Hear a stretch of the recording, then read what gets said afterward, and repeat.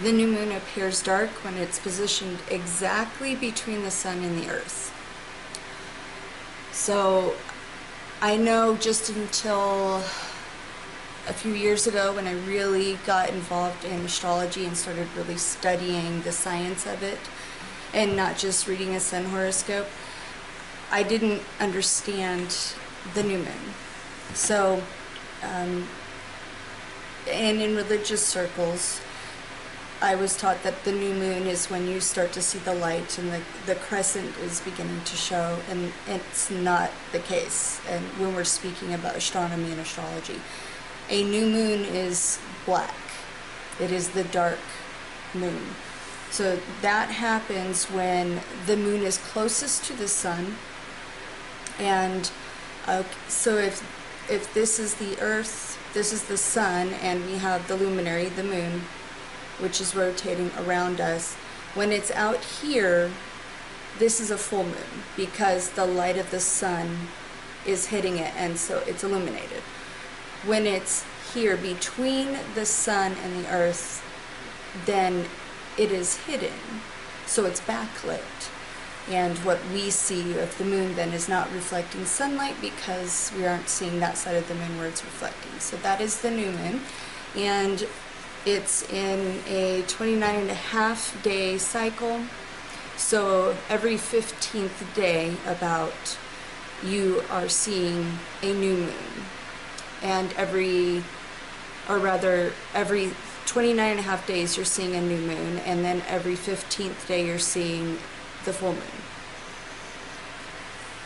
So if you go outside at 7:30 p.m. PST, so that's Pacific Standard Time, I'm in California,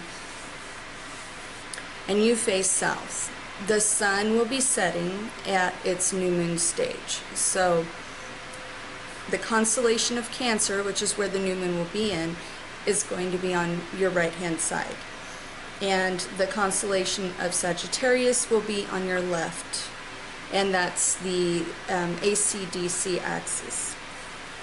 So face south, extend your hands out at a 90-degree angle from your body, and then you'll be facing your midheaven if you're looking at a natal chart. So arms extended, and you're facing south. Then you're looking at the MC, the IM is behind you, that's your Imam Kolai. And then your left hand will be at the ascendant, the right hand will be at the descendant. And so present energy, as I call it, every time I pull up a chart and I'm doing new moon or full moon astrology, then I call that the present energy, and that changes. So it has all the same parts that your natal chart has, but it's always shifting. So at that time, 7:30 p.m. this Friday, June 23rd, the new moon is going to be basically sitting in your right hand. As the sun is setting, then you'll get a glimpse of the moon, new moon. And then on your left hand is going to be that Sagittarian ascendant with Saturn in part of fortune conjunct it. And so since you're standing then in basically a natal chart, that is why what I do is geocentric astrology, because you are the center of the universe, you're the center of that natal chart, and that's your perspective of everything. And that's how I do the zodiac signs. Now, if you've not done one of my workshops or studied with me, if you have not yet booked a session and become a client, then you most likely chose this video dependent upon your sun sign. So we have sun signs, moon signs, the north node placement, rising signs, and each of these is very important, but it's also more important to know where your placements are. So to receive the most accurate horoscope, I suggest you go to astro.com because it's free, it's fairly easy to use. I'm going to give you some very simple instructions, and you will definitely need your date of birth, or your time of birth. That's the most important piece of information. So from the drop-down menu, you'll choose horoscopes, and then from that, on the right-hand side, it'll say extended. You'll go to extended horoscopes. And or it's extended natal charts. I'm not sure. I don't. It's the only thing that says extended. And so after you've entered your birth data, go to the middle of the page, and then you're going to enter the date of the new moon, which is going to say 23rd June 2017. You don't need to have a specific time because it's actually going to correlate to your birth time that you've put in. And that's just when we do transits. So then you're going to go a little further down. There's going to be a section called additional objects. Just check where it says true node and descending node.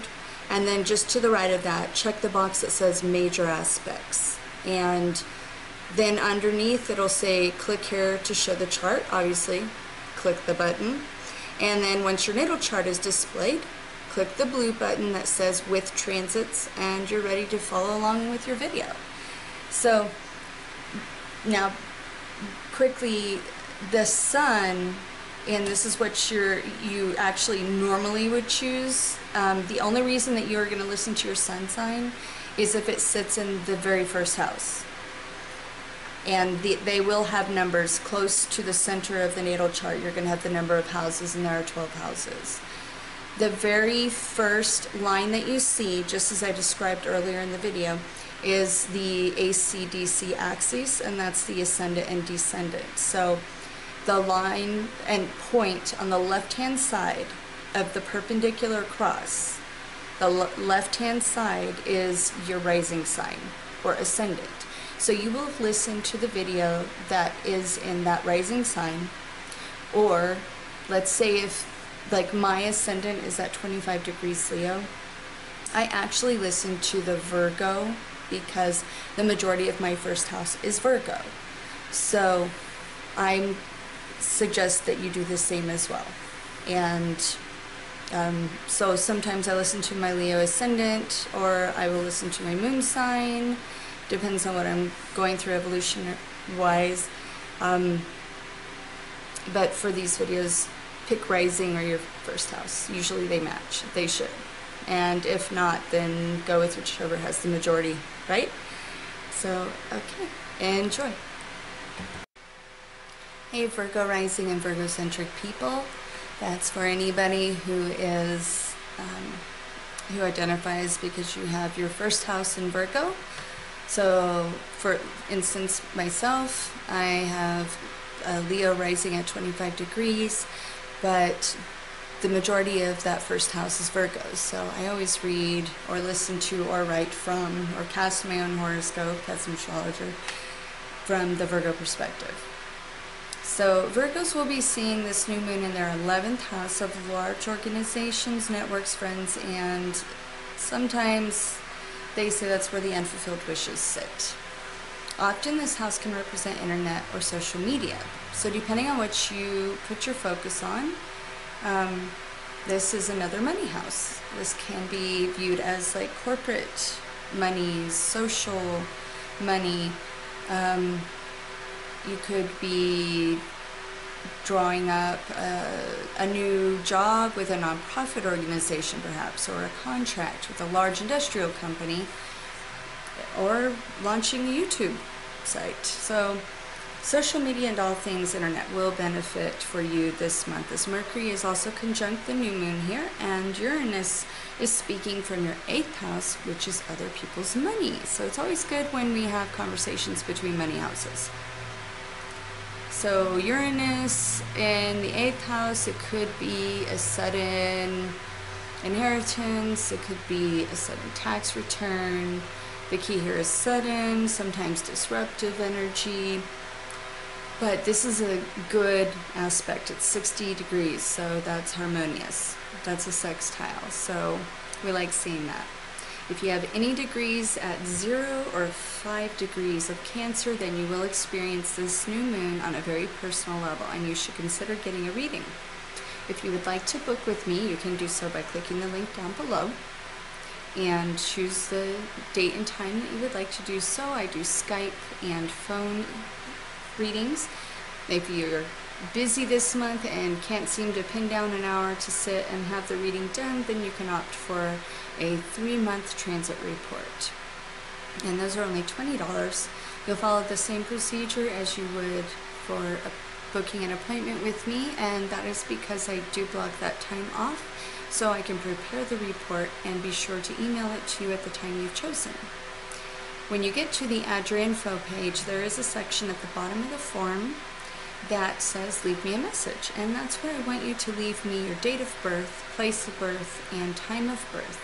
Time of birth is the most sensitive piece of information as it helps to calculate the degrees of your sun, moon, and rising.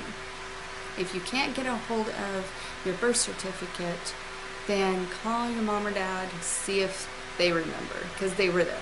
You were there too, but unless you're a Pisces, don't take a guess.